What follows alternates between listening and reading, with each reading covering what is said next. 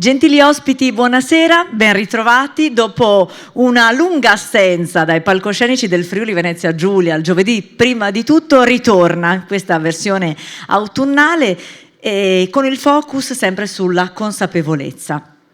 Il giovedì prima di tutto infatti nasce dalla volontà dell'Istituto di Credito Prima Cassa FVG di rendere più consapevole un territorio su tutto quello che sta succedendo, su come si sta evolvendo, su quali sono i più grandi temi di attualità che danno spunti di riflessione a tutti noi per capire appunto in che direzione ci stiamo muovendo il nostro territorio, che cosa ci offre, che opportunità ci dà a tutti quanti i cittadini logicamente.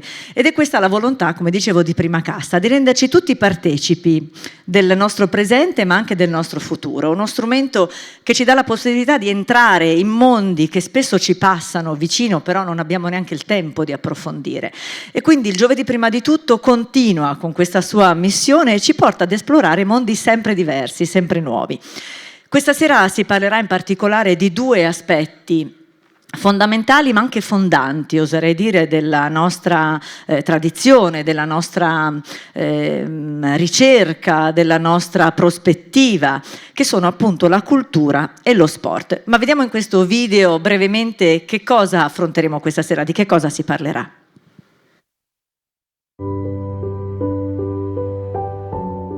Oggi più che mai è fondamentale riconoscere quanto la cultura, lo sport e la coesione sociale siano elementi vitali per mantenere solidi e vivi i territori.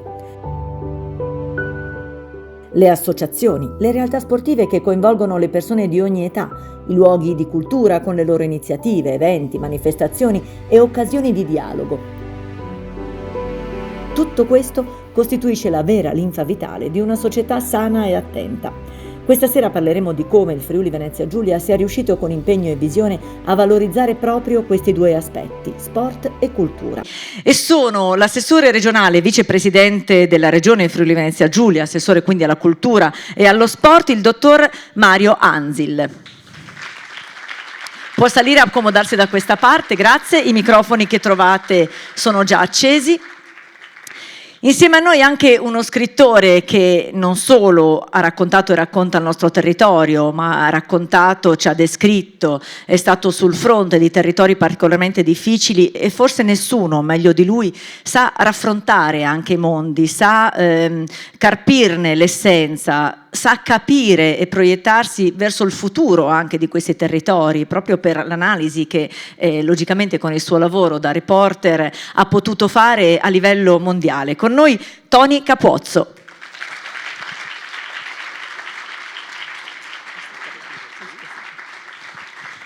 Benvenuto Tony. E poi l'espressione più gioviale, l'espressione più coinvolgente, più appassionante secondo noi in questo momento in particolare dello sport del nostro Friuli Venezia Giulia, che non è il calcio, che sappiamo essere al top della curiosità, della passione anche dei nostri corregionali, in generale insomma degli italiani, ma è il basket di una piccola realtà che si è fatta conoscere nell'arco di 5 anni, perché questo progetto è nato a Cividale poco più di 5 anni fa, ha raggiunto degli obiettivi inimmaginabili e inaspettati probabilmente anche dal nostro ospite, che è il presidente di United Eagle Basketball, Davide Mikalic. Grazie anche a Davide, che invitiamo ad accomodarsi. Bene, quindi onorata di avervi qui con noi. Parliamo di questo aspetto del nostro territorio, un aspetto che ci lusinga, un aspetto che assessore fa parlare di una leadership, di un primato che abbiamo a livello nazionale, ma forse anche a livello internazionale, perché come diceva poc'anzi nell'intervista che verrà trasmessa domani da Telefriuli, possiamo vantarci di un merito particolare legato alla cultura in questo momento, che ha a che fare con 2 città della nostra regione. Effettivamente sembra essere proprio così, questa regione piccola che per decenni per l'Italia era lassù nel semi sconosciuto nord-est, il presidio armato del confine orientale, adesso improvvisamente, senza spostarsi, si trova al centro dell'Europa e anche ha il primato di essere la regione di eccellenza per l'Italia, per la cultura e anche per lo sport. Per la cultura in particolare quest'anno noi siamo, lo sapete, capitale europea della cultura con Gorizia, e Nuova Gorizia è una capitale europea per la prima volta transfrontaliera, ma a questo già importante primato si aggiunge il fatto che solo 2 anni dopo, nel 2027, Pordenone sarà capitale italiana della cultura, e questo binomio delle capitali della cultura è senza precedenti in Italia e anche in Europa. A questo si aggiunge anche un territorio straordinario, un piccolo compendio dell'universo, alpestre, lagunoso e piano, in 60 miglia da Mezzodì a Tramontana, che è il Friuli, che ha 5 siti UNESCO.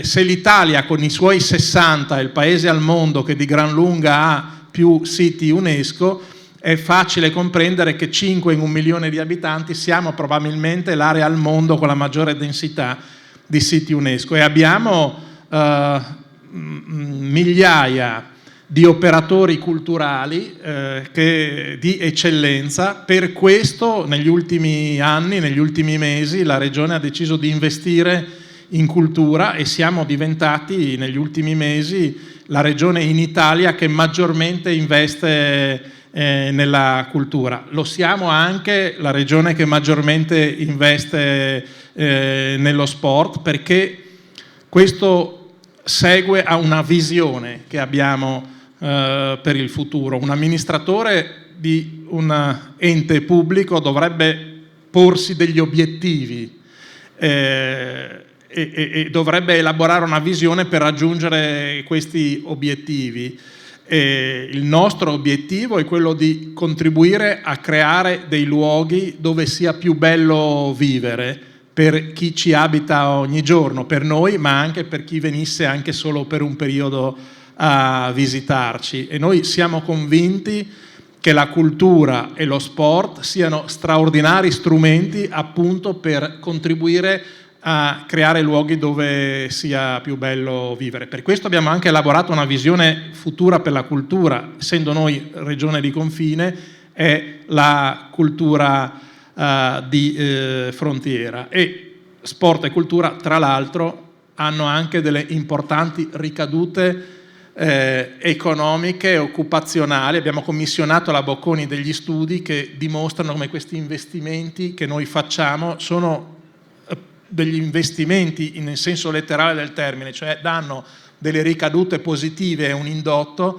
tale per cui addirittura la regione stessa che mette le risorse le riprende poi, avendo noi una compartecipazione sul gettito, poiché queste determinano un importante aumento del fatturato della nostra regione. Quindi non solo la creazione di un sistema, perché poi da questo nasce il coinvolgimento, quindi con le associazioni, con le realtà del territorio, e non solo lo sviluppo di attitudini, perché logicamente queste ci devono essere, ma anche una visione che coordina tutto questo, trae spunto da queste skills del nostro territorio per farle diventare un po', anche se vogliamo, economia circolare, no? Dove tutto viene messo in campo del nostro territorio, portando quindi anche dei turisti, quindi un territorio che sta in piedi, che si sviluppa, che diventa più attrattivo per chi viene a visitarci, per chi viene a partecipare, per chi viene a sviluppare gli eventi, ma anche, perché no, per chi decide di venirci a vivere proprio per queste attitudini. Ed è proprio così, questo è il ruolo della regione, quello di conoscere il proprio territorio, perché per elaborare una visione per il futuro un presupposto indispensabile è innanzitutto di amare il proprio territorio, poi di conoscerlo, di conoscere la propria storia, la propria identità, e di saper interpretare la società contemporanea per comprendere dove sta andando, perché se noi abbiamo una visione per il futuro, noi prendiamo adesso delle decisioni che determineranno i loro effetti nei prossimi anni, nei prossimi decenni. Per fare questo dobbiamo capire anche come sarà la società nei prossimi decenni, perché gli effetti siano coerenti con le necessità non solo di oggi ma anche di domani. E appunto, osservando la nostra regione, conoscendo quali sono le grandi potenzialità, abbiamo immaginato che questi settori, la cultura e lo sport, possano caratterizzarci, e già lo stiamo facendo perché ci piace essere orgogliosi di questi primati, ma questi sono considerazioni che ormai in Italia e anche altrove conoscono. Io per esempio sono stato, si parlava prima dei mondi arabi, sono stato contattato dal ministro della cultura di Abu Dhabi, che ha saputo che il Friuli Venezia Giulia, questa terra così piccola, ha questa predisposizione per la cultura. Loro hanno costruito un museo che si chiama Louvre e ne stanno costruendo un altro che si chiama Guggenheim, per cui hanno investito miliardi di dollari. E insomma mi ha invitato a visitare questi musei e vuole avere una relazione con noi, a dimostrazione del fatto che questo primato della cultura, ma anche dello sport, perché abbiamo qua una bellissima realtà e dopo Davide ce la racconterà, ma insomma c'è ormai nelle federazioni sportive nazionali e internazionali il desiderio di poter portare proprio da noi in Friuli Venezia Giulia le competizioni internazionali più importanti in tutte le discipline, da quelle più famose, il calcio, alle discipline magari meno note e seguite. Ormai noi ospitiamo tutte le competizioni internazionali importanti. Nel calcio la Supercoppa, che penso sia la partita in Europa più importante, per la prima volta quest'anno è stata assegnata all'Italia e ovviamente l'abbiamo avuta noi a Udine, dove c'è stata anche la partita della nazionale in competizioni internazionali 2 volte nel giro di un anno, cosa che non era mai capitata. Ma per dire, anche EIOF dopo 20 anni torna in Italia, che è la competizione sportiva giovanile più importante al mondo, e nel 2027 sarà a Lignano, dove abbiamo appena aspettato il torneo delle regioni del CONI. Cioè, c'è proprio una gara di tutte le federazioni a cercare di venire in regione. Questo per diverse ragioni, perché la regione mette a disposizione le risorse perché questa competizione possa svolgersi. Dettaglio non irrilevante, a proposito di banca, comprenderete come appunto sia un aspetto importante quello di poter realizzare anche economicamente l'iniziativa, perché i nostri impianti sono all'avanguardia. Siamo la regione che di gran lunga maggiormente investe nella manutenzione e nella realizzazione di nuovi impianti sportivi, ma anche perché c'è una ormai consolidata capacità dei nostri operatori sportivi. Anche qui contiamo circa 3.000 associazioni sportive in regione, e le federazioni, i comitati regionali del Friuli Venezia Giulia, delle varie federazioni, il CONI e le associazioni, hanno ormai una capacità di organizzare in maniera efficace queste manifestazioni, per cui sono una garanzia di successo, e questo ci permette anche da un punto di vista sportivo di essere la regione di eccellenza. Insomma, abbiamo sentito, e questo ci ovviamente gratifica, perché ce ne facciamo un po' tutti merito, perché è merito di tutti. 3.000 associazioni significa decine di migliaia di professionisti e di volontari che lavorano nel mondo dello sport. 2.000 sono le associazioni culturali, anche qui vuol dire migliaia di persone, e il merito è sicuramente di questa rete di operatori che sono di eccellenza, senza i quali anche le risorse che la regione mettesse a disposizione non riuscirebbero a produrre gli effetti che invece grazie a loro si hanno. Oggi abbiamo un esempio di una punta di diamante di un mondo che però è tutto davvero di eccellenza. Grazie Assessore. Tony, chi l'avrebbe detto? Come è stato evidenziato più volte, la nostra regione spesso è stata dimenticata, cioè la storia ha lasciato dei segni sicuramente indelebili, una storia però che non racconta glorie nel nostro Friuli Venezia Giulia, che non racconta storie di un territorio che diciamo ha prevalso su altri, la cui popolazione si è tra virgolette imposta, ma è una popolazione, un territorio che è stato invaso, che è stato sfruttato, che ha subito anche nello scorso secolo insomma dei fenomeni provanti per il nostro territorio. Tu hai raccontato e hai studiato territori che tutti ti abbiamo seguito, insomma, che probabilmente sicuramente hanno subito situazioni ben più gravi rispetto alla nostra. Hai raccontato il presente, ma hai studiato anche il passato. Noi qui oggi stiamo raccontando il presente, però sappiamo più o meno tutti qual è stato il passato della nostra regione e del nostro territorio. Era quasi scontato che dopo un periodo di resilienza, dopo un periodo di reazione a quello che è successo, si potesse arrivare a questi traguardi. C'è voluto quindi qualcosa che ci ha provati emotivamente, che ci ha provati fisicamente, per portarci poi a reagire e ad essere oggi una regione come quella che ha illustrato il nostro assessore. Guarda, si dice spesso che situazioni difficili creano uomini forti, hanno bisogno di uomini. Situazioni facili, in cui tutto è comfort zone, creano uomini deboli. Il fatto che ci siano uomini e donne, naturalmente, e politici, il fatto che ci siano situazioni, persone deboli, contribuisce a creare dei tempi difficili, i quali creeranno. Io sono nato e cresciuto qui in Friuli, in un Friuli che assomigliava ai friulani inevitabilmente. Lavoratore, schivo, di poche parole, che non amava gonfiare il petto di fronte agli altri. E quindi complice anche il fatto che la frontiera era il confine con il mondo del socialismo, e quindi era anche la fine erano le colonne d'Ercole dell'Europa.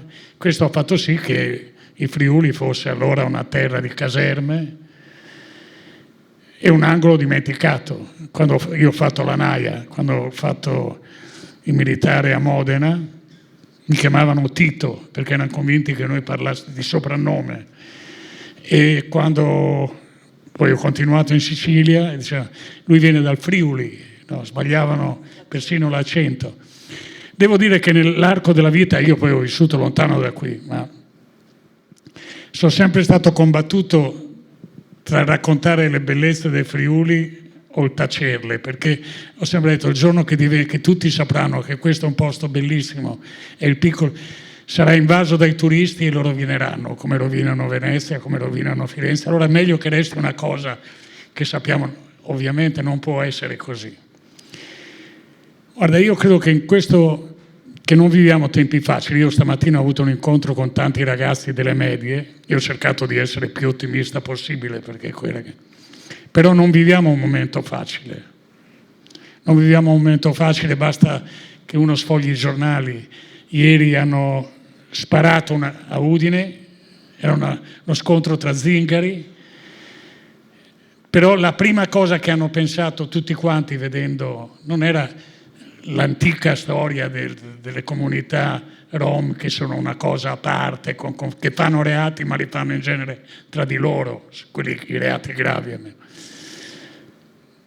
Oggi stasera quando torniamo a casa i telegiornali e regionali racconteranno una vicenda atroce, no, che in qualche modo è successa a Muggia, che in qualche modo ha a che vedere anche con gli echi di guerra che ci arrivano dall'Ucraina, dove ormai si aspetta una spallata finale dei russi, finale fino a che punto non sappiamo, e quello che va a essere messo in forse è un'intera visione del conflitto da parte dell'Europa. Parlavamo di vittoria, parlavamo di trincea della democrazia. Sarà evidente tra qualche mese che ancora una volta il mondo è governato dalla legge del più forte. Il diritto internazionale è una bandierina bianca che... Ora, in un mondo così, c'ha senso parlare di cultura, ha senso più che mai. Io voglio ricordare che quando le cose si fanno difficili c'è bisogno di cultura, ma non intendo la cultura alta degli intellettuali, no? Intendo intanto la cultura che ti insegna l'arte della convivenza, della conoscenza, del confronto con la diversità, della parola, no? Del logos greco, cioè quando passi, dicevo ai ragazzi oggi, quando è che passi a alzare le mani, soprattutto i maschietti, ma qualche volta anche quando le tue parole non bastano più, quando non sei più capace di ragionare, quando hai abbandonato la speranza che la parola possa affascinare, convincere, far mutare opinione. Ora la cultura è la salvezza rispetto ai conflitti, no? E la pace stessa non è la condizione naturale dell'uomo, anche se ci insegnano che nasciamo tutti buoni. Persino nel catechismo, no? C'è un paradiso terrestre iniziale, ma poi basta che ci siano due fratelli, uno uccide l'altro, Caino uccide Abele. Cioè la storia dell'umanità comincia prima con la tentazione di Eva e poi però c'è un fratricidio sin dall'inizio, no? Questo qualcosa vuole dire che la pace è una conquista. Se tu lasci dei bambini, tutti abbiamo avuto figli, nipoti, ai giardinetti con un giocattolo, se non intervieni è molto facile che quel giocattolo sia oggetto di pianti, giocate insieme che è meglio. È l'educazione che ti fa diventare non aggressivo. Allora la cultura è un potente antidoto a ogni tentazione conflittuale. E lo sport è una disciplina. Io sono uno che prima ho trovato uno con cui giocavo a pallone assieme quando eravamo ragazzini. Sono sempre stato solo un uomo di calcio, no? Ma sono stato a vedere, e anche quello è merito di questo clima di cui ha parlato Anzil prima, l'incontro della nazionale di rugby al Friuli pochi giorni fa, ha vinto contro l'Australia, ed era bellissimo vedere tra l'altro uno sport che io non conosco bene, avevo vicino a me uno che mi spiegava le regole, ma che vorrei ispirasse noi appassionati di calcio per la lealtà, la franchezza, per la bellezza della competizione sul campo e dell'amicizia fuori del campo. Ora, io ricordo quando ero ragazzino, oggi qualche ragazzo mi ha chiesto degli autografi. Io non li nego mai, anche dico guarda non sono così famoso, perché da bambino ho raccolto gli autografi della nazionale italiana di Serie B.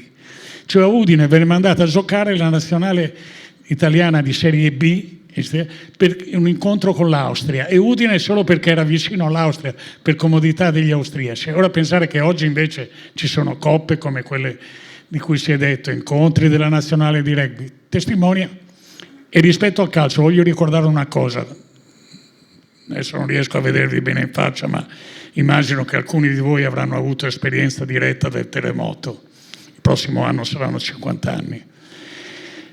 Voi ricorderete, e chi non l'ha vissuto, insomma, forse se l'ha fatto raccontare, che l'11 di settembre ci fu un secondo terremoto che procurò danni minori e il numero delle vittime fu piccolo, però ebbe il sapore di una coltellata alla schiena, perché era un Friuli che stava cercando di riaversi dalla tragedia del 6 maggio, che contava di non passare attraverso le baracche, come veniva chiamato loro, ma arrivare direttamente alle case. E lì nessuno se l'aspettava, no? Fu un momento molto duro.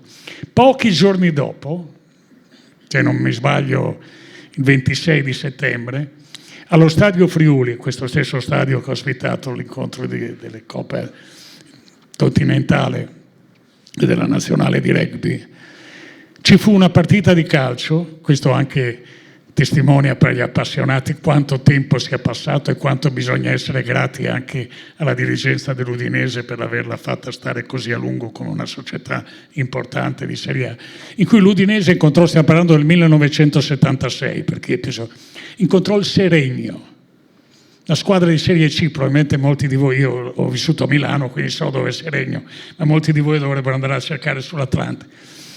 Il 26 di settembre, non mi ricordo se fosse un sabato o una domenica, lo stadio Friuli era in costruzione, c'era solo terminata la parte arco, quella che adesso sono le tribune, era un cantiere, e ci fu una scossa di terremoto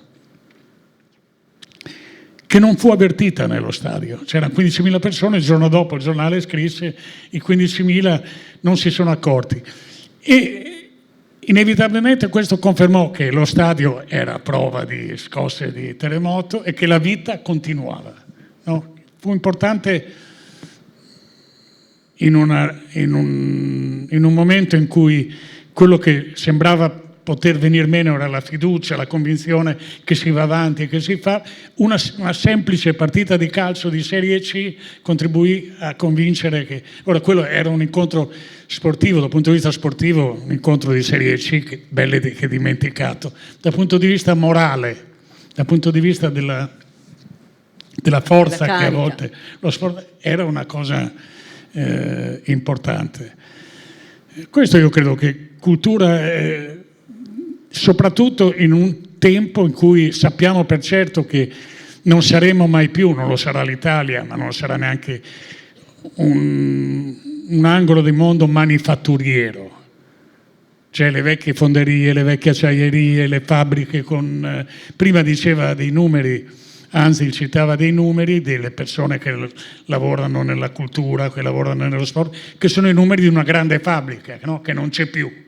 No, non so quale sia la più grande datore di lavoro oggi in Friuli, ma sicuramente ormai non sono più i gruppi industriali.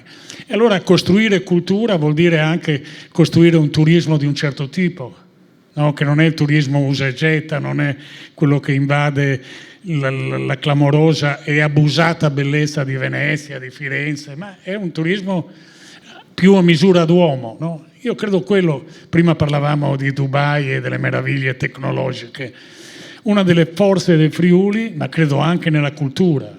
Per cultura intendo anche naturalmente la lingua, il friulano, le diversità dei vari angoli del Friuli, della montagna, e anche la montagna ha molti angoli diversi. L'altro giorno leggevo di una ricerca del resiano e delle parole antiche che esistono nella lingua resiana.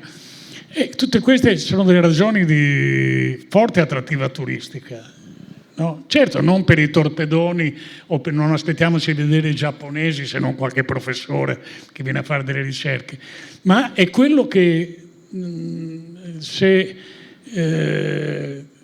a me non piaceva, non mi ricordo, lo dico, io sono molto distante dalla politica, non mi piaceva lo slogan Friuli gente unica a suo tempo, perché unico, già figlio unico è una cosa un po' triste, no? Dice è più bello avere 2 fratelli, 3 fratelli, ma unico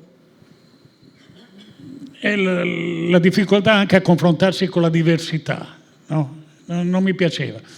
Quello che io sono Friuli Venezia Giulia mi piace molto di più, dice noi siamo questo, no? Siamo tutto un mondo, perché adesso c'è anche questo claim, no? Quindi il mondo inclusivo, il mondo che coinvolge, il mondo che accoglie al suo interno, insomma, tutte realtà diverse.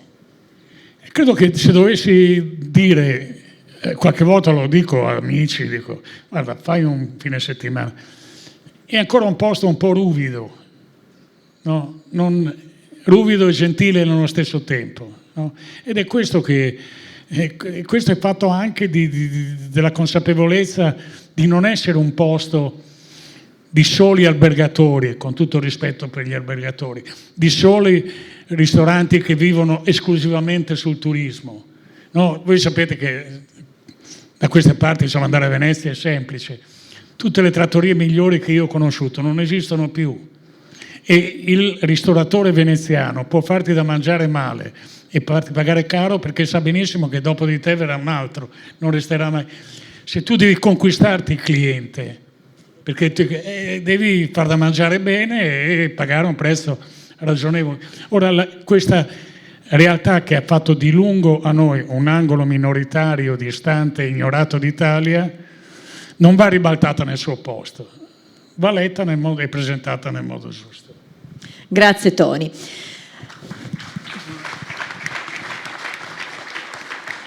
Abbiamo visto e lo sappiamo come quindi la nostra regione sia una best practice, l'abbiamo sentito dalle parole anche dell'assessore regionale, con tanti case history, se vogliamo usare queste parole, insomma, che ormai sono diventate espressioni proprie del nostro linguaggio, acclimatatesi in italiano. Comunque una regione che rappresenta un'eccellenza, anche un altro termine abusato che però dà l'idea di quello che è, con tanti casi che sono diventati dei fenomeni. Tra questi c'è quello che raccontavamo, anticipavamo prima, e che è rappresentato oggi dal suo ideatore, dal suo fondatore, dal suo presidente.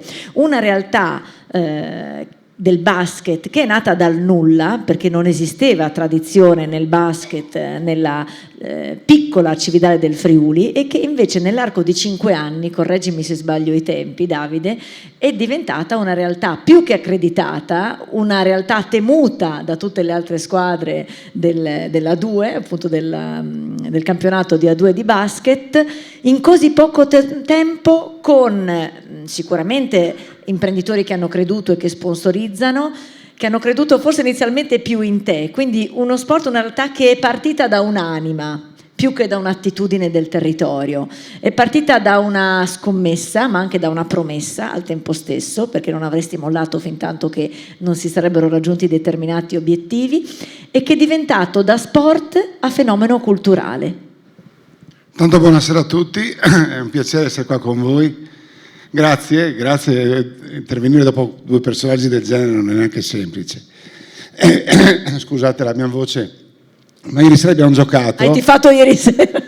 E ahimè l'anima, ecco, vedi che adesso sto già sistemandomi, l'anima del tifoso, io sono un presidente tifoso. Ma hai detto tutte cose giuste. Sai, io credo questo progetto nasce a Cividale, che è un piccolo paradiso di questa meravigliosa terra, a molti anche sconosciuto, perché parlavamo prima, il magico assessore diceva che siamo 5 siti UNESCO qua in Friuli. Cividale è uno di questi 5.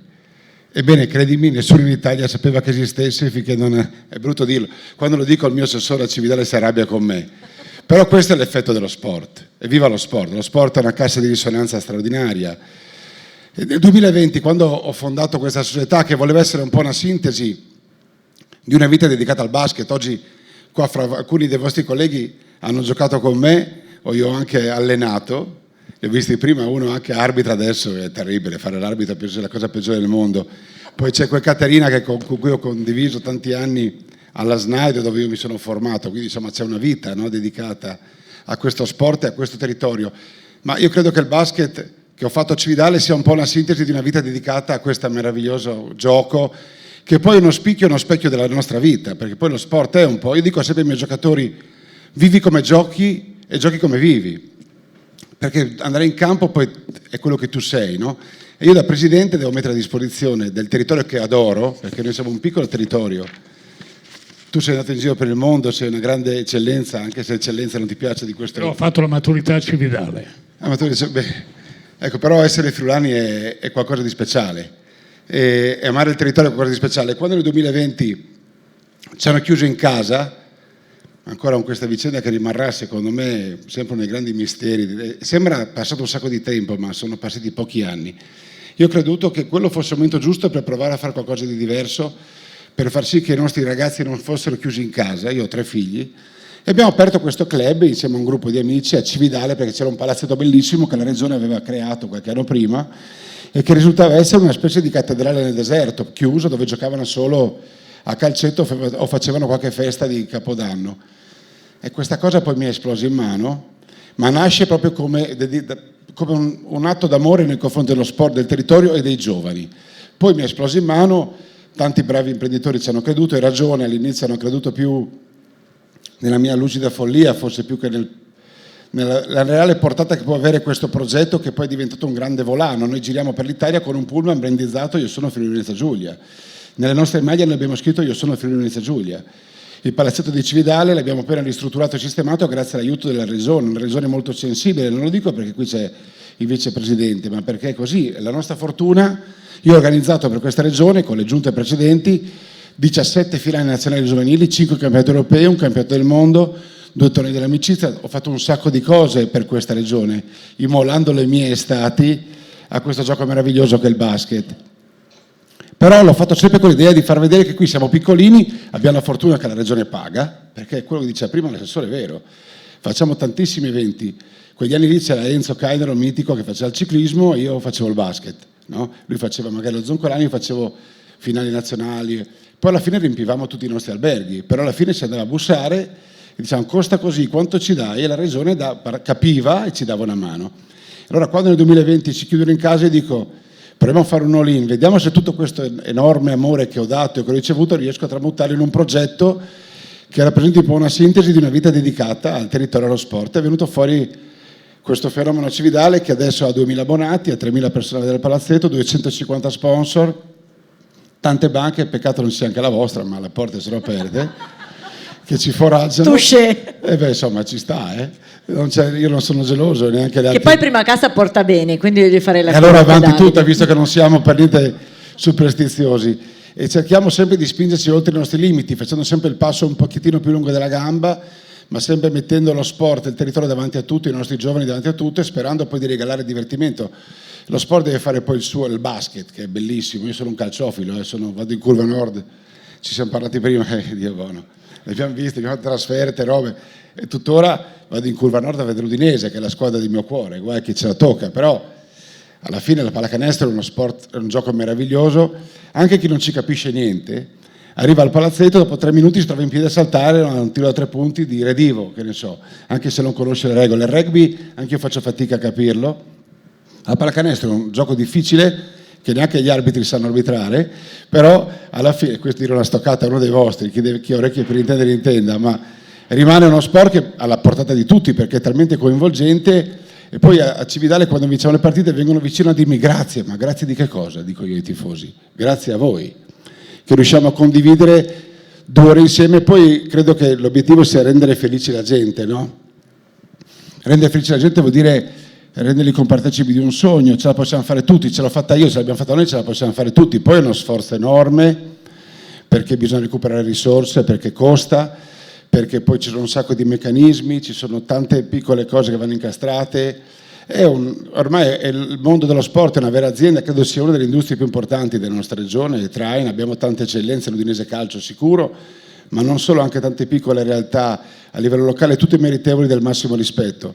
Davide, è una realtà, cerco. scusa, che è riuscita a dare risalto anche ad altre virtù dei cividalesi in particolare, Sì. il loro fair play, perché la tifoseria delle United Eagle Basketball spicca per questo a livello nazionale, vi è stato anche riconosciuto, giusto? Allora, io spoilerizzo una cosa che non dovrei fare, ma 25 devo andare a Roma, sono invitato dal CONI dal ministro Bodi, insieme con una delegazione dei miei tifosi della mia curva, sono Brigata Rualis, ce l'ho vista Brigata Rualis. Spiega bene anche a chi fosse È un di qua. borgo di Cividale. Quando noi partiamo con questo progetto, cominciamo a vincere un po' di partite, Cividale ci guardava, io sono udinesissimo, chi viene sto qua a colonizzarci da Cividale a Udine, da Udine a Cividale. In realtà per me era solamente fare sport in un posto che mi sembrava perfetto per creare questa magica simbiosi che andavo rincorrendo, è un palazzetto meraviglioso. Piano piano si sono innamorati, appena abbiamo aperto le porte sono arrivati in massa e abbiamo creato il nostro gruppo Ultras, che è un rione di Cividale, tutti i ragazzi, dato il primo è stato un gelataio di Rualis, e poi si è creata questa brigata, adesso ci seguono in tutta Italia, ma non facciamo mai tifo contro, mai. L'unico tifoso che può insultare gli arbitri sono io.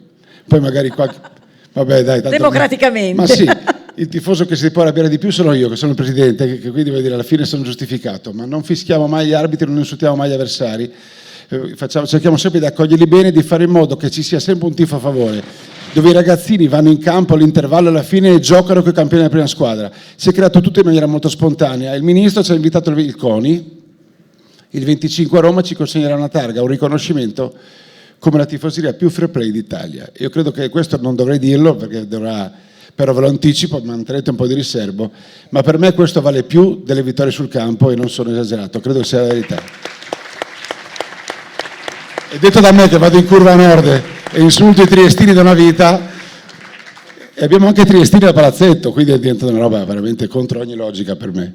Solo che Davide, se qualcuno volesse appassionarsi o venire, effettivamente siete sempre pieni ultimamente al palazzetto. Sì, quest'anno abbiamo troppe partite infrasettimanali e questo è un po' un problema, perché tutti i bimbi, anche mia moglie, mio figlio più piccolo non lo manda perché il giorno dopo va a scuola.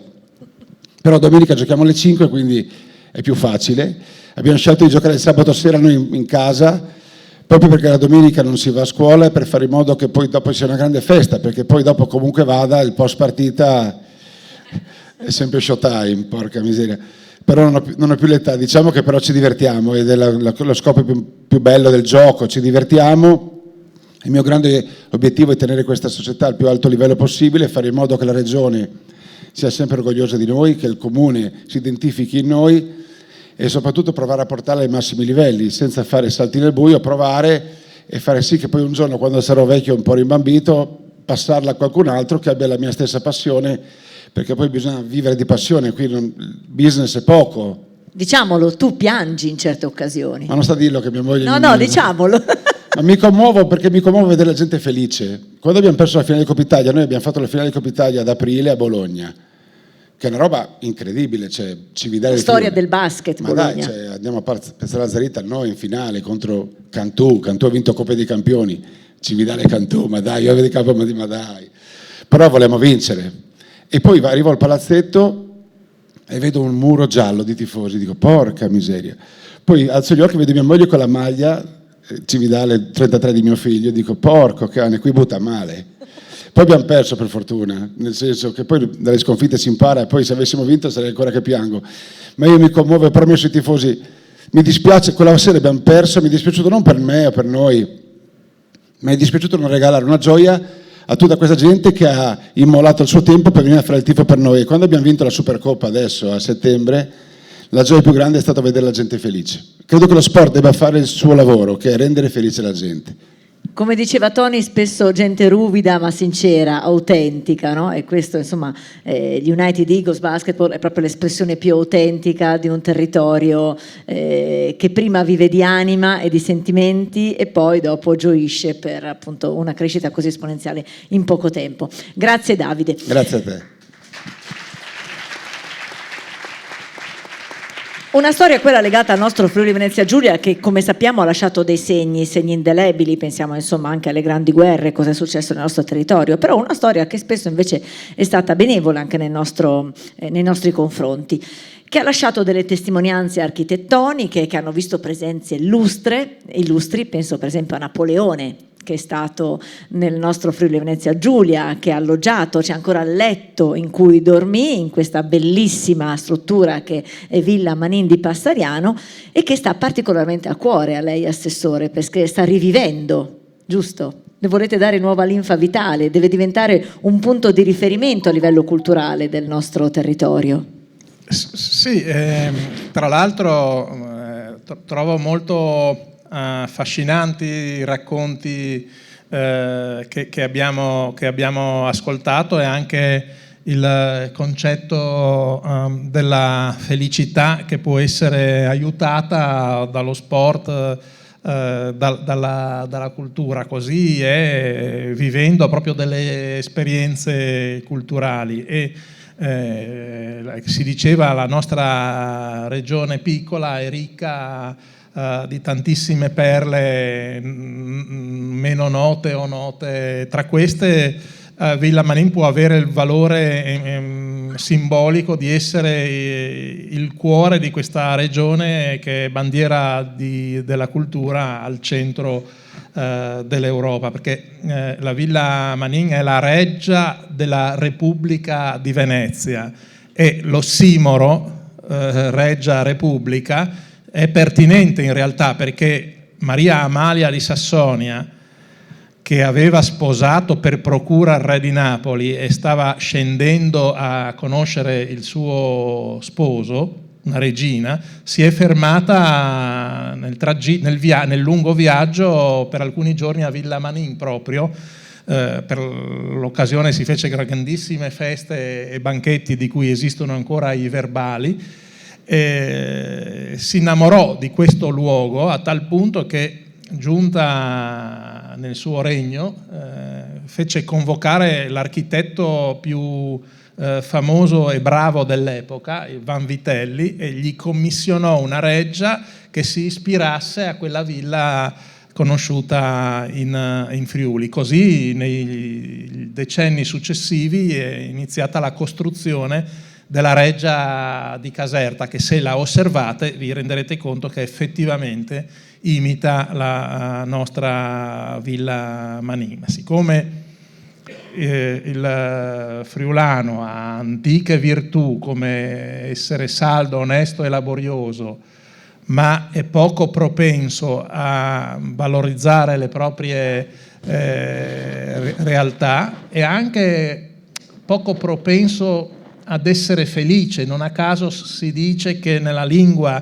friulana manca la parola felice. Allora noi dobbiamo mantenere il legame con la nostra storia, con la nostra identità, con secoli e secoli in cui siamo stati caratterizzati da queste virtù di essere saldi, onesti e lavoratori, però dovremmo anche saperci adeguare ai nuovi tempi, saper dedicare del tempo alla ricerca della propria felicità e magari anche regalare la felicità agli altri. La felicità è così, compare all'improvviso, inaspettata, anche alle volte senza apparenti ragioni, e repente come è arrivata, così anche subitaneamente se ne va.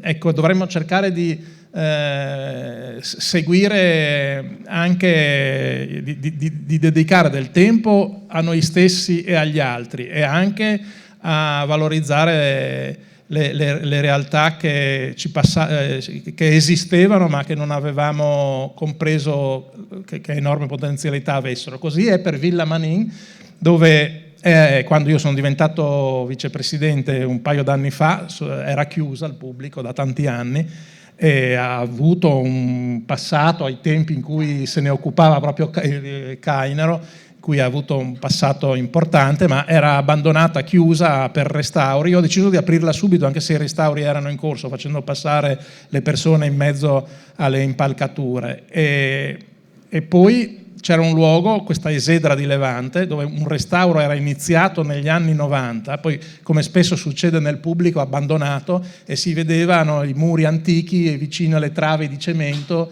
le pareti con i foratoni, è abbandonato tutto lì dagli anni 90, e che era un luogo che meritava un riscatto anche proprio nella forma, per cui abbiamo deciso di organizzare una grande mostra, di cui proprio oggi ho avuto comunicazione al Ministero della Cultura, che è stata riconosciuta di interesse culturale e scientifico dal Ministero della Cultura, che è un riconoscimento molto prestigioso per una mostra, che è una produzione culturale che abbiamo interamente fatto noi, dall'immaginazione, quadro dopo quadro, stanza dopo stanza, alla realizzazione. Però per poter fare una mostra così ingente, con opere d'arte, ce n'è 130 che provengono da 43 musei di tutti i 5 continenti, quindi anche chiedere i prestiti, i trasporti, le assicurazioni è complicato. Circa 2 miliardi di euro di valore di opere che sono all'interno. Non esisteva in regione nessuna struttura che potesse ospitare queste opere. Credo anche in Italia non ce ne siano molte, e quindi abbiamo deciso di finire quel restauro iniziato negli anni 90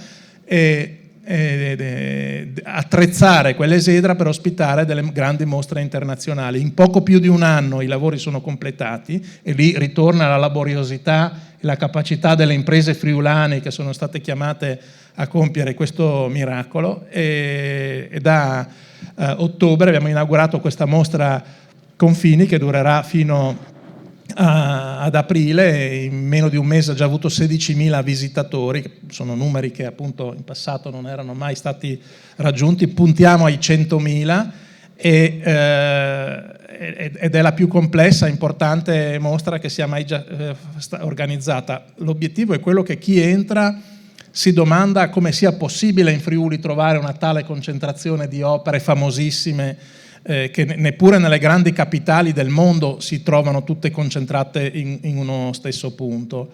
L'obiettivo è rilanciare la villa, e siccome si chiama Confini, evidentemente è un richiamo alla nostra visione della cultura di frontiera, che canta al confine, sì, in senso geografico, e lo considera non più come un limite ma come una nuova opportunità di amicizia, ma canta anche il confine che esiste. Sono confini anche interiori, c'è il confine tra il giorno e la notte, tra il presente e il passato, tra il ricordo e l'immaginazione che abbiamo dei nostri ricordi. Ed è però anche un modo, siccome secondo me la cultura non è un insieme di nozioni che si acquisiscono leggendo i libri, è una personale e soggettiva rielaborazione di esperienze che viviamo. Questo vogliamo anche offrire a chi la visita, la possibilità di vivere un'esperienza culturale affascinante, e magari, tornando a quanto diceva prima l'amico Davide, alle volte camminando, socchiudendo gli occhi e guardando qualcuna di queste opere, può essere che improvvisa capiti così la possibilità di godere di qualche istante di felicità. Allora sarebbe un obiettivo raggiunto, obiettivo che sicuramente a Cividale è stato raggiunto, perché è vero, in quel palazzetto il tifoso si diverte sicuramente e alle volte anche gode di qualche istante di felicità. Grazie Assessore per queste bellissime parole e spunti di riflessione, perché il giovedì prima di tutto questo vuole essere, no? Si diceva prima il tema della consapevolezza, però tante volte non c'è tempo per fermarsi a fare dei ragionamenti così, e tutto questo si traduce in benessere, se vogliamo, nella qualità della vita di cui parlava prima Tony. Quindi sì, porta economia, porta visitatori da tutto il mondo, ma porta una risorsa in più anche per noi. Ricordiamoci che appunto i primi attori di un territorio sono le persone che ci vivono, quindi insomma bisogna rendere merito anche agli attori e ai fautori di queste iniziative, che tutto questo si traduce in opportunità in più per ognuno di noi. Tony, tu hai vissuto esperienze in realtà veramente molto difficili, no? Approfittiamo anche del fatto che tu sia qui per parlare di cultura a 360 gradi, non solo legata al nostro territorio. Che lezioni ti hanno lasciato, soprattutto i territori più difficili? Parliamo anche, tu spesso hai raccontato anche di bambini, di generazioni giovani che vivano in questi territori, sì, a dire aspri, veramente essere gentili, molto difficili. Sei riuscito a capire poi, quando in questi territori è arrivata la pace o sedicente tale, che cosa è rimasto in questi ragazzi, come si sono evoluti, come sono cresciuti, sono riusciti a rifarsi una vita, l'hanno fatto attraverso quello che la cultura del loro popolo gli aveva lasciato, o venendo in contatto con altre culture, magari di paesi confinanti o di chi poi è andato lì a portarla? Qual è stata la genesi della loro rinascita? Cos'è che ha contribuito di più? In qualche modo la cultura è stata importante per far rivivere e riprendere questi territori? Beh, la cultura è sempre stata una specie di trincea. Io ricordo Sarajevo assediata, si faceva punto d'onore di tenere dei piccoli spettacoli teatrali in qualche cantina. C'è una foto famosa, c'è la biblioteca di Sarajevo che bruciò dopo essere stata bombardata. È un edificio che è stato ricostruito, di architettura moresca, costruito in epoca austro-ungarica, ma di architettura moresca. Bruciò e sulle macerie c'è un'immagine ripresa da decine di fotografi di televisione, un musicista andò a suonare il violino, no? Ed era il messaggio senza parole era che resistiamo, continuiamo a vivere, potete bombardarci, potete bruciare i libri, potete bruciare le biblioteche, ma noi continuiamo a vivere. La cultura è anche questa, una forma di... Quello che ho imparato io, sai, è una lezione di realismo. No, ci sono alcune parole che si sono consumate del nostro vocabolario. Quando noi pensiamo alla pace della fine della guerra che hanno vissuto i nostri genitori, e abbiamo ricominciato dalle macerie, nel giro di poco tempo è arrivato il boom economico e gli stessi nostri genitori ci hanno cresciuti nella generosa illusione che il mondo sarebbe stato un mondo senza guerre, perché avevamo già provato che cosa erano le guerre, e quindi la vita per noi sarebbe stata in discesa.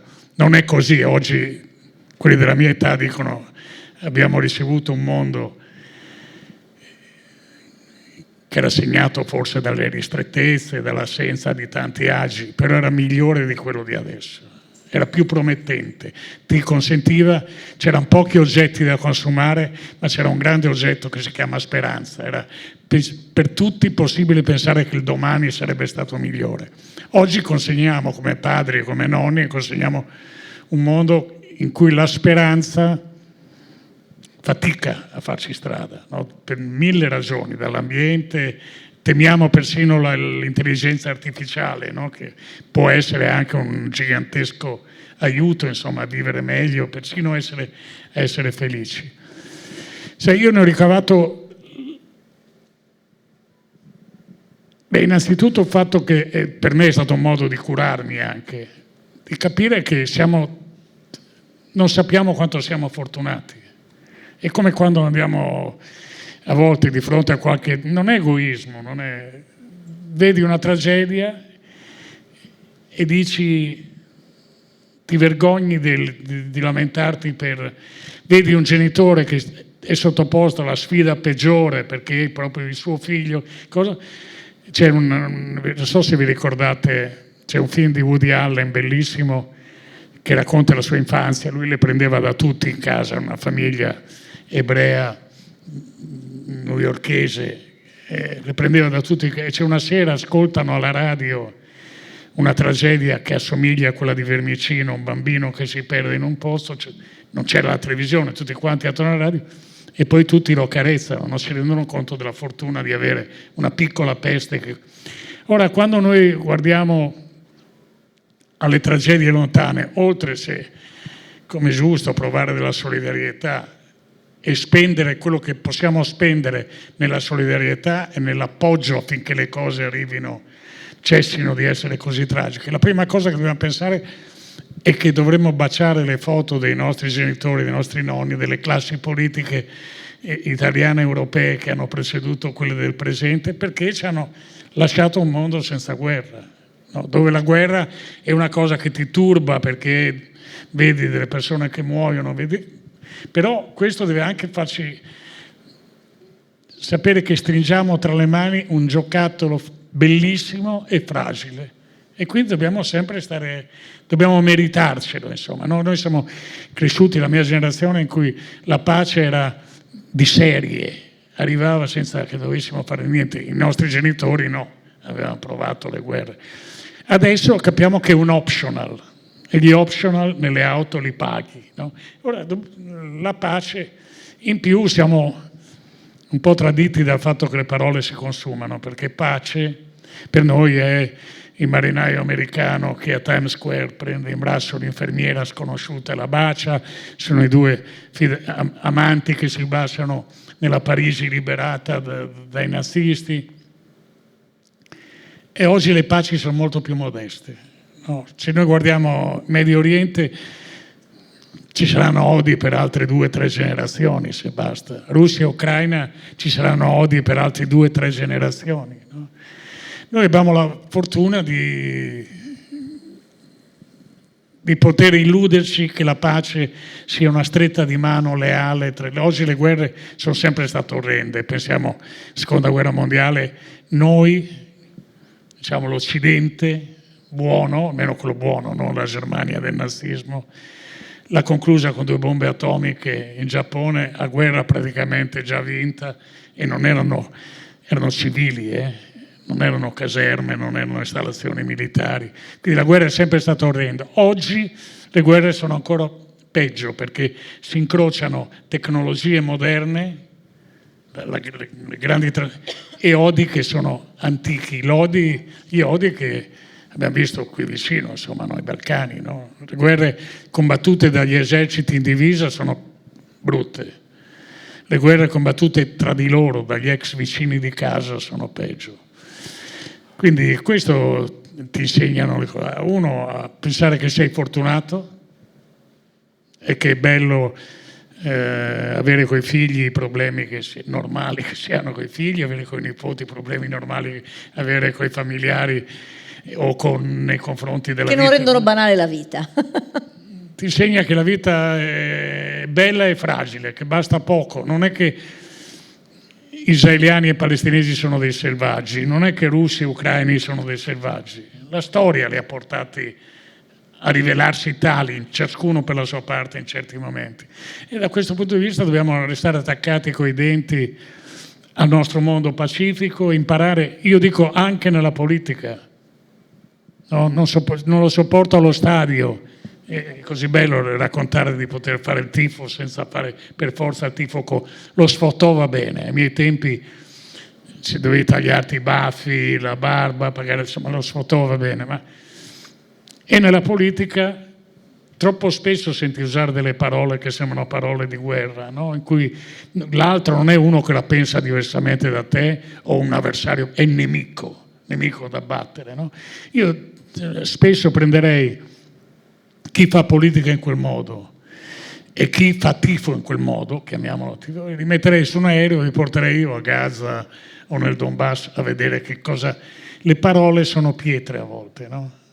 Quindi almeno non è egoismo, ma impariamo dalle tragedie che succedono non troppo lontano da noi, quanto siamo fortunati, e impariamo la lezione quanto dobbiamo accarezzare e tenerci stretta questa fortuna. E vivere magari lo sport e la cultura proprio come strumenti di pace che ci portano a vivere la bellezza di cui parlava Lo sport, le emozioni. cioè, a Sarajevo assediata ci fu una strage del calcio perché i bambini giocavano a calcio, cioè è un modo di continuare a sentirsi vivi, no? È vero che a volte lo sport viene utilizzato dai regimi, anche quelli guerrafondai, no?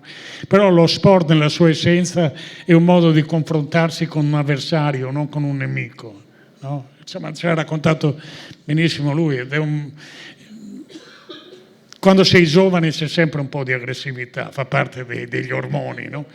Beh, sfogarla in un campo di basket, in un campo di calcio, o anche in un incontro di pugilato, voglio dire, e irregimentarla e controllarla e darle una disciplina e darle un codice e darle un onore e darle uno spazio limitato, finito, si va bene assieme. No? Grazie Tony. Davide, i vostri atleti, i vostri appunto campioni che avete nella rosa, cosa dicono del Friuli Venezia Giulia e di Cividale del Friuli? Perché un po' arrivano dall'estero, un po' li avete presi da squadre appunto blasonate di tutta Italia, ma quando vivono l'esperienza del Friuli Venezia Giulia, come si esprimono, come la vivono? Intanto volevo dire una cosa, riprendendo quello che dicevano loro due prima, sono d'accordissimo su quello che dicevi, d'altra parte sarebbe difficile non essere d'accordo, ma il più grande problema deve essere vincere o perdere la partita nel nostro caso. Cioè il più grande dramma, per quello dicevo che lo sport è un po' lo specchio, il basket è lo specchio della vita, perché poi nella sua semplicità è molto banale, ma è tutto vero, no? Alla fine siamo dei fortunati, dei privilegiati. Cioè noi ci arrabbiamo se perdiamo, poi deve finire lì, facciamo una festa pazzesca se vinciamo e si fa festa, perché riusciamo a dare libero sfogo a tutte le nostre emozioni, ma deve finire lì, e questa è la nostra grande fortuna, e questa io che sono ormai non ho più 20 anni quando andavo in curva, tuttora vado di curva, lo ribadisco, ma dove si enfatizzava delle cose che non aveva senso di enfatizzare, dobbiamo essere bravi a far tesoro della nostra esperienza, se no si matura per che cosa? E riuscire a portare tutto dentro il rettangolo di gioco, a godersi le emozioni e poi a finirla lì. Finisce e poi devi ricominciare. Ma è veramente uno specchio della vita, quindi mi ritrovo perfettamente quello che dici.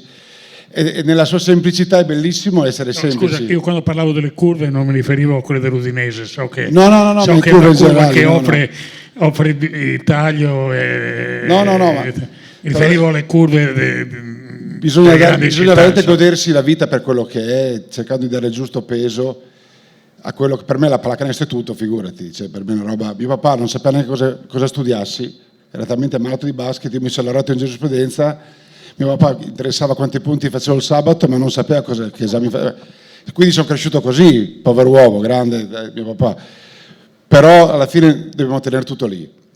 Detto questo, Cividale all'inizio, quando siamo partiti, per rispondere a tua scusa, ma mi hanno dato talmente tanti spunti che poi io stasera ci rifletto su quello che hanno detto. E quando siamo partiti, molti volevano vivere a Udine, perché poi l'atleta, sai, piace fare vita serale, normale, sono tutti giovani, belli, massa grassa zero, beati loro, e sono anche piuttosto ambiti, e quindi adesso abitano tutti a Cividale. Il mio coach, tutti a Cividale, dove sono comunque ambiti lo stesso, però vivono benissimo e la vivono la città. Il mio coach, che è un grande personaggio, di una grande cultura, ama vivere a Cividale, viveva a Udine, ama vivere a Cividale, passeggiare, va da solo per riflettere, perché poi gli allenatori sono dei personaggi particolari, molto, non so come definirli, ma vivono nelle loro paturnie, nella loro genialità, anche di uomini soli al comando, e lui prende, va, cammina da solo, va nelle varie natisone, sparisce per ore, Va alla ricerca di questi angoli sconosciuti del Friuli che lui adora andare, o va a mangiare nelle bettole da solo friulane di Cividale intorno. Poi mi torna e mi dice: ho scoperto una roba nuova oggi. E dico: Pilla, e viene e parla, io lo ascolto. Ma è meraviglioso questo, però anche Pilastrini adora. L'unico problema che ha è che non riesce a pagare un caffè. Ovunque va lui a bere un caffè e non lo fanno pagare. E dice: lui è in difficoltà, vuole pagare il pranzo e non lo fanno pagare, perché poi esce l'animo straordinario di noi friulani. Immagino se fosse un taglio di vino. No, lui non beve vino, però è uno che mangia. Ormai è un ex mangiatore come me, però mangia, è una buona forchetta. Però sì, vivono da Dio, e vogliono tutti stare nel centro storico, lo adorano. Anche l'americano che è arrivato, lo scorso anno abitava a Bologna, adora stare a Cividale, che nella sua è molto piccola ma è molto accogliente, e soprattutto li fanno sentire bene. E questo forse è il segreto, no? La città ama l'atleta si sente un portacolori e quindi vive con particolare trasporto la maglia. Oggi la maglia, molti ci dimentichiamo, ha un valore, la maglia ha un valore. Io andavo a dormire con la maglia dell'Udinese, porca miseria, no? Per me il regalo più grande che poteva farmi mia è regalarmi la maglia di Zico. O il terremoto è stato, dirò una cosa magari brutta, è stata la più grande esperienza della mia vita. Io ero a vedere Udinese Seregno, con mio papà ero a vedere, me lo ricordo tuttora, io sono tifoso da quegli anni. Io con mio papà avevo 6 anni, abbiamo vissuto per strada per 1 o 2 anni, siamo tutti amici, conosciamo tutti. Io vivevo a Marangoni, per me il terremoto è stata un'esperienza nella sua drammaticità straordinaria.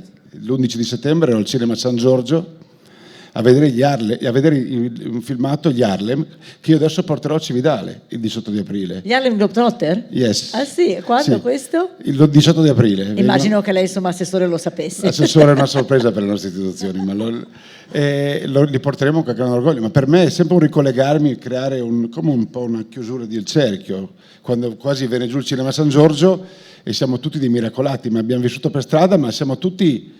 Poi adesso chi fa il dottore, chi è il primario, chi è l'avvocato, io faccio basket. Perché è giusto così, so fare quello, ma lo faccio sempre con la finalità di restituire qualcosa a un territorio che mi ha dato tantissimo. E la prima cosa che insegno ai miei giocatori quando arrivano qua è di amare dove stanno, la maglia, di identificarsi con la maglia, il rispetto per la maglia e farsi voler bene dalla gente è il più grande successo che possono ottenere, e la gente li adora. E questo credo sia, come presidente, per me il motivo di più grande orgoglio. Grazie Davide per questa bella dichiarazione. Tornando a quello che diceva prima, Assessore, noi non siamo mai stati particolarmente bravi nel fare marketing, sintetizziamo con questa parola, no? Nel prenderci dei valori che forse e dei meriti che ci saremmo potuti prendere tranquillamente. Ho detto prima che artefici di questa crescita della regione siamo anche noi, singoli cittadini, però abbiamo anche delle responsabilità. Capita spesso di sentir dire ai nostri corregionali: sono andato a Bologna a vedere questa mostra, sono andato a Milano a vedere questa mostra. Ma i friulani partecipano a questi grandi eventi che organizza la regione, che organizza il territorio, o sono ancora più propensi a tessere le lodi di quelli che vengono invece organizzati e sviluppati altrove piuttosto che nella nostra regione? Magari perché, proprio tornando al tema di prima, non hanno la consapevolezza di quello che sta succedendo, hanno delle responsabilità, potrebbero fare qualcosa di più. Partecipano molto, tant'è che anche i dati relativi ai consumi di cultura, cioè alle spese dei cittadini nel campo della cultura, nella nostra regione sono i più alti dell'intero paese, e questo penso sia un altro dei segnali che ci ha permesso di comprendere che era un settore su cui si poteva investire. Tra l'altro credo che questo sì, aumenti la qualità della vita e debba anche far ragionare ciascuno di noi su quali sono effettivamente i momenti importanti della nostra esistenza, no? Da una parte c'è lo sport, che è divertimento e che è gioco, e tra l'altro possiamo osservare come in quest'epoca sia accaduta una cosa che non era mai successa prima sulla Terra, né per i bambini e neanche per i cuccioli degli altri animali, né per il cucciolo d'uomo, che è sempre stato abituato a a imparare a superare le avversità della vita giocando nei primi mesi, nei primi anni Ora i nostri bambini giocano ancora, come è naturale che sia, ma lo fanno ciascuno dalla propria camera con queste dotazioni informatiche. Sono collegati tra di loro, ma non in presenza.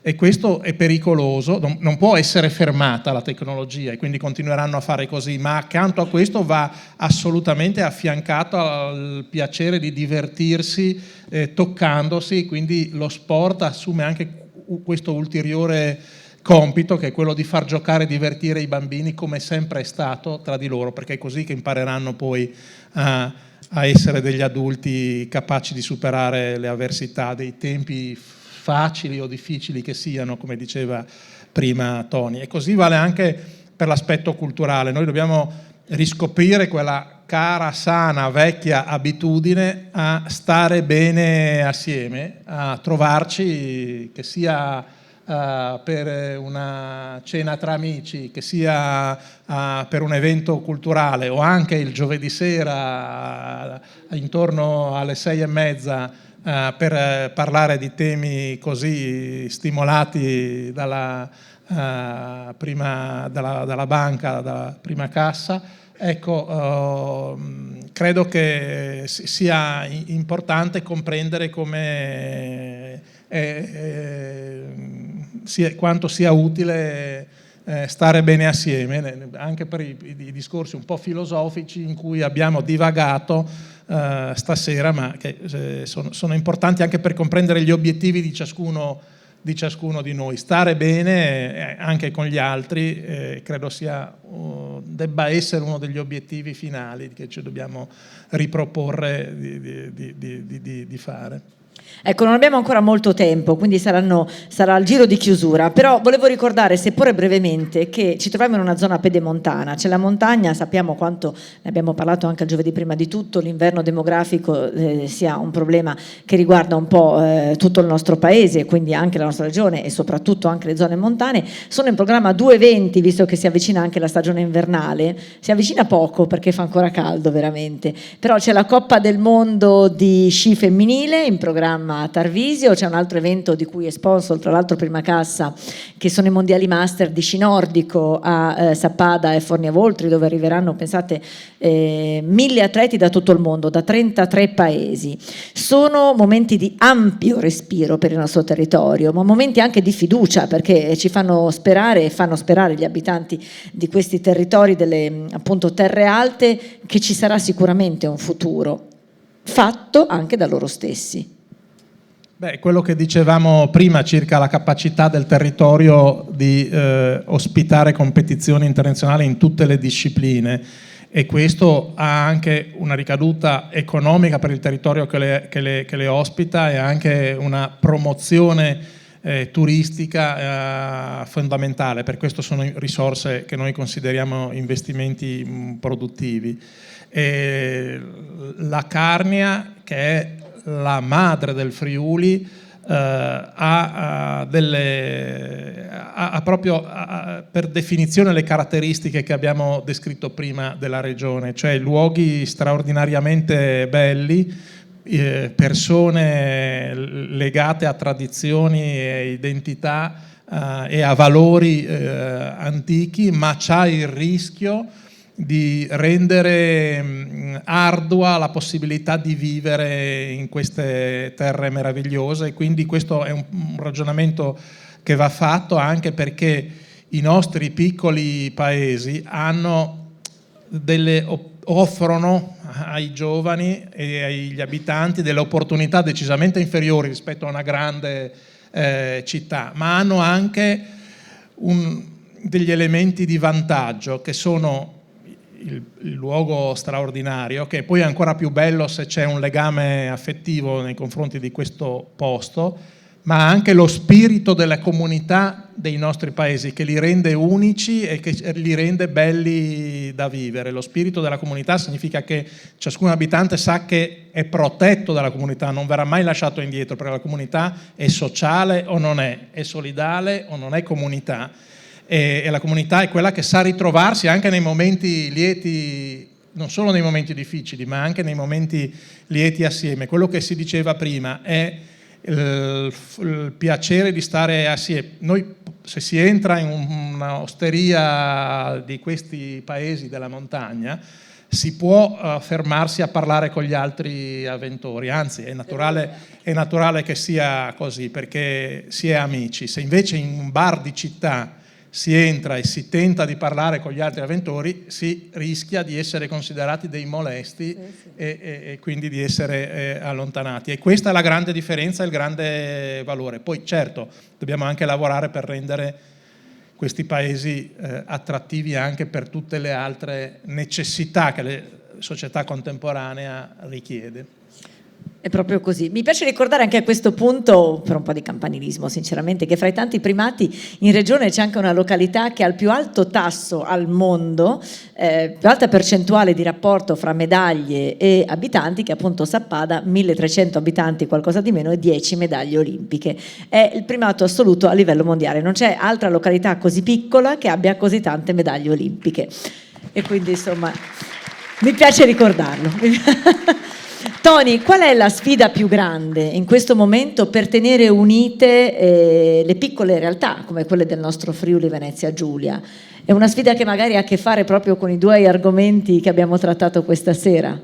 Beh, intanto rispettarle e poi saper cambiare, saper tenere il passo con i tempi rimanendo se stessi. Questo vale moltissimo per i Friuli, perché se Friuli cambiasse fino a diventare qualcos'altro sarebbe perso.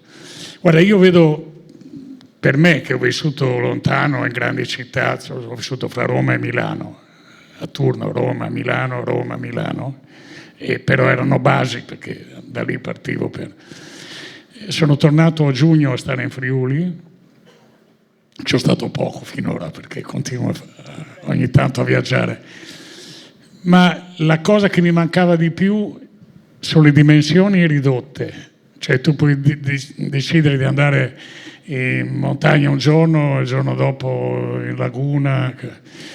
Il fatto che prima, quando ero ragazzo, vedevo il mio microcosmo, sono rimasto un ragazzo di provincia nella testa, ma già Trieste era una cosa altra da me, invece adesso so che è vicina, che si può andare, che è una città che ha tutto il suo fascino. E mi sembrano ridicoli gli antagonismi che vivevo quando ero ragazzo. Mia madre era triestina e parlavano sempre male di Trieste, i miei amici tacevo il fatto che mia madre fosse triestina.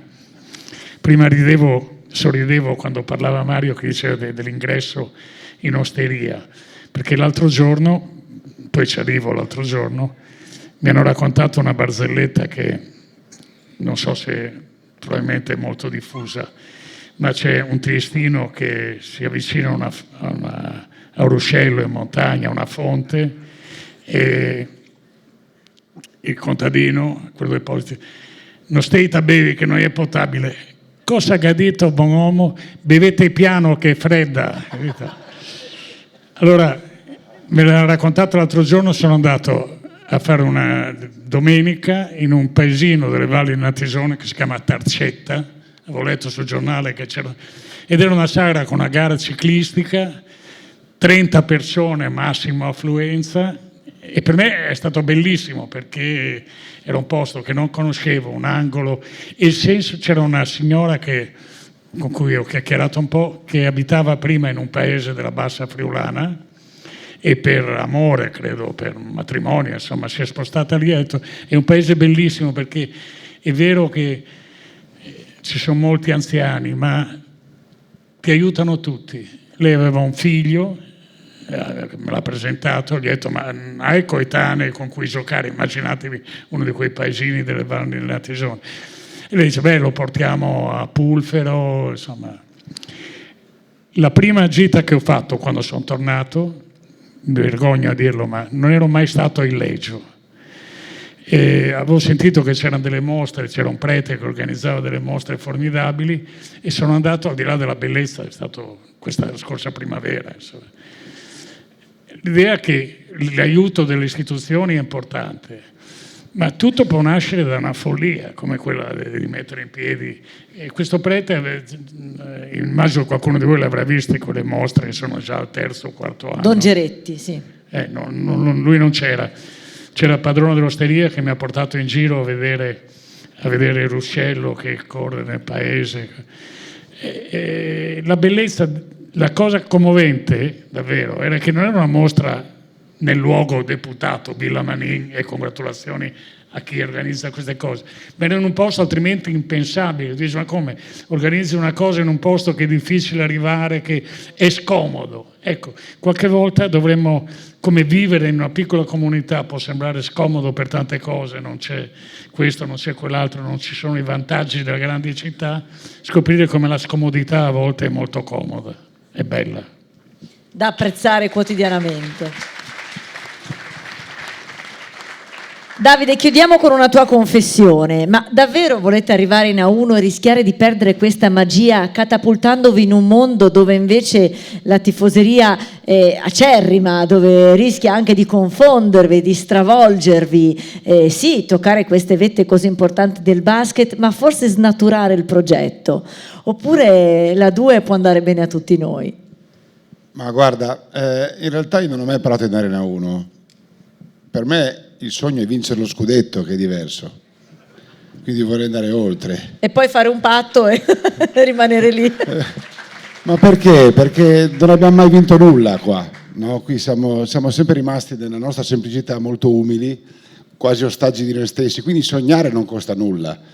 Poi però la realtà è quella che dici tu, quindi da parte mia, prima di tutto io voglio consolidare questo progetto, voglio portarlo avanti il più possibile, renderlo sempre più di tutti, e fare in modo che ci si diverta, perché hai ragione assessore quando dici che noi ogni tanto siamo un po' ostaggi di noi stessi, no? Lo sport deve fare il suo lavoro, bisogna divertirsi. Ieri la squadra era sotto di 15 punti e lì l'ha vinta il pubblico la partita. Quando si crea poi un effetto magia, quando il giocatore riesce a sentire il pubblico che ti dà il calore, si crea questa simbiosi, poi non perdiamo mai. Abbiamo fatto una rimonta clamorosa come tante altre, abbiamo vinto e la gente è ancora là a festeggiare. E quindi abbiamo fatto il nostro, abbiamo regalato, perché io non è che posso, rispetto al calcio ad esempio, non è che io posso foraggiare la società vendendo un cartellino come una volta o un contratto di un giocatore, non posso cedere, un giocatore non vale niente. Racconto sempre che la scorsa estate ho ceduto un ragazzo bravissimo che abbiamo accudito, tirato su da Codroipo, Gabriele Miani, per la fantomatica cifra di 10.000 euro a Brindisi. Simbolici, quindi non è che quindi con la compravendita dei giocatori noi non abbiamo neanche i diritti televisivi, noi viviamo col botteghino, con il merchandising un pochino, con chioschi e tanto con gli sponsor, e qui mi riferisco sempre prima a casa, tanto la butti lì. E quindi le porte sono aperte, e ovviamente con le istituzioni che hanno capito l'importanza dell'effetto trainante che ha lo sport e ci aiutano, però alla fine sì. Io cosa vendo? Adriano Lucci, Gesteco, che è il mio primo sponsor storico. Cosa gli vendo ad Adriano Lucci? Cosa posso raccontargli? Le vittorie. Però non basta, perché non è che sennò diventi ostaggio. Allora gli vendi il benstare, il ben vivere, l'aggregazione, l'aria pulita che respira. Allora uno sponsor investe volentieri. Peraltro, scusa, un personaggio che ha visto bene il mondo, perché insomma è stato presidente di Confindustria, certo, presidente di Friuli nel mondo, quindi Adriano è un grande, ma io ti ho citato Adriano perché porto il nome sul petto Gesteco, quindi il mio primo sponsor, il primo che ha creduto in questa cosa. Però sì, non è che Adriano aumenta il suo fatturato perché investe su di noi, ci sono tante motivazioni che ti spingono, il territorio, l'amore, la voglia di partecipare, e poi dopo entra anche, ne cito un altro, la MEP, che è il mio secondo sponsor, una grande azienda di Grande Royale, con un altro capitale di industria, Giorgio Del Fabbro, un mito. E lui mi dice, loro lavorano il 90% all'estero, non è che vende, non so neanche cosa che faccia di preciso, io non ho mai capito, però bulloni diciamo, che non sono bulloni, o la Faber. Però lui dice, lunedì, quando torno in azienda per le partite, sono tutti abbonati ormai, non mi parlano più della pasta immensa che non va bene, o dei turni, mi parlano della partita. E dice, ma io più di così, e sono tutti contagiati da questa passione comune. Allora lo sport, torno a dire, fa il suo effetto, cioè produce benstare. Con questi presupposti l'obiettivo qual è? L'obiettivo è provare a salire, certo, cioè, è bello. Io soffro le sconfitte, quando allenavo i ragazzacci che sono là dietro, non tolleravo perdere in Serie C, figurati in Serie A. Per me la sconfitta non esiste. Poi però ho imparato a conviverci perché ci sono cose più importanti, come diciamo prima, che vanno oltre. Però l'agonismo, dai, io voglio vincere tutte le partite, la voglia. Quindi l'obiettivo è di salire, ma quando saremo pronti. Ogni anno facciamo, prima di iniziare i playoff, spero di fare anche quest'anno, faccio un gesto scaramantico, farei di peggio se non ci fossero tante signore stasera qua, ma prima di fare il playoff noi ci troviamo e i giocatori, parlo con gli sponsor e dico semaforo verde o rosso, non vuol dire perdere le partite o vincerle. L'anno volevamo vincere in B per salire in A, che per noi era decisivo, volevamo semaforo verde, ragazzi, avanti tutta, bisogna vincere questo campionato, abbiamo vinto a gara 5 eccetera eccetera, vabbè. Quindi l'obiettivo è sempre di arrivare, quindi quest'anno vedremo a Pasqua, quando facciamo la nostra cena, che tipo di semaforo darò. L'obiettivo è di essere pronti economicamente perché il salto è grande, perché come dicevo prima non hai grandi introiti, hai tante spese, ma non è, io più di così il territorio, a parte prima cassa, li ho tutti gli sponsor, no? E quindi ho setacciato tutto setacciabile, non so più cosa inventarmi, non so più cosa vendere al palazzetto, quindi, però quando saremo pronti l'obiettivo è salire, ma senza mai perdere il nostro spirito, e se andassimo in Serie 1 io continuerei a dare spazio agli italiani, ai giovani, non per spirito di campanellismo, ma perché i nostri giovani sono bravi, devono giocare e devono avere lo spazio per giocare. Poi magari duri un anno o due, io penso di no, quindi quando andremo su saremo pronti per andare su, per starci, e quando ci staremo poi l'obiettivo grande è prima di invecchiare, del famoso divano con telecomando, e vincere lo scudetto.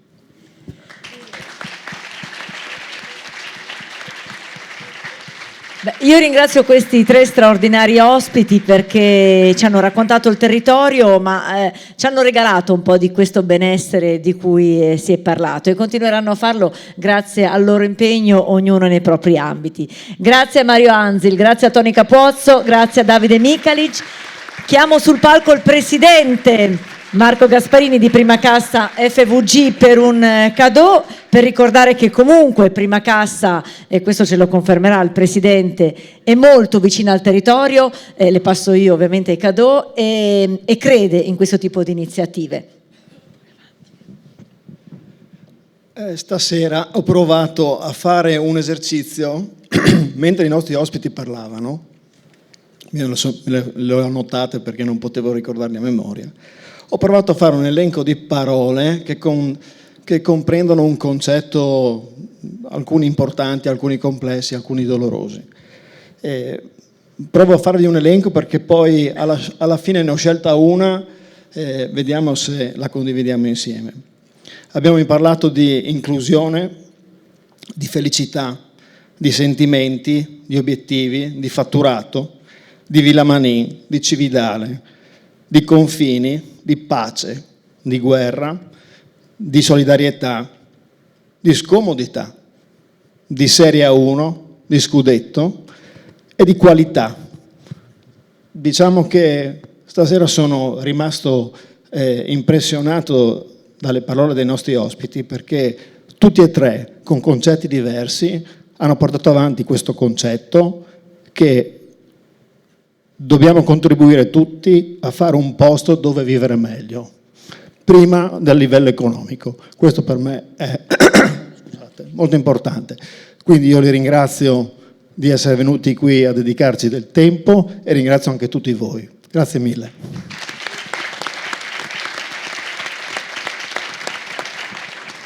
Un pensiero per il tempo che avete dedicato per noi. Sì.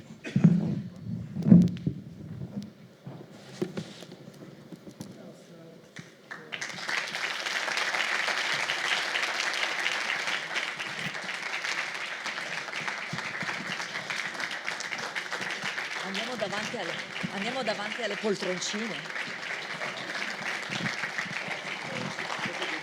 Vieni davanti, Toni.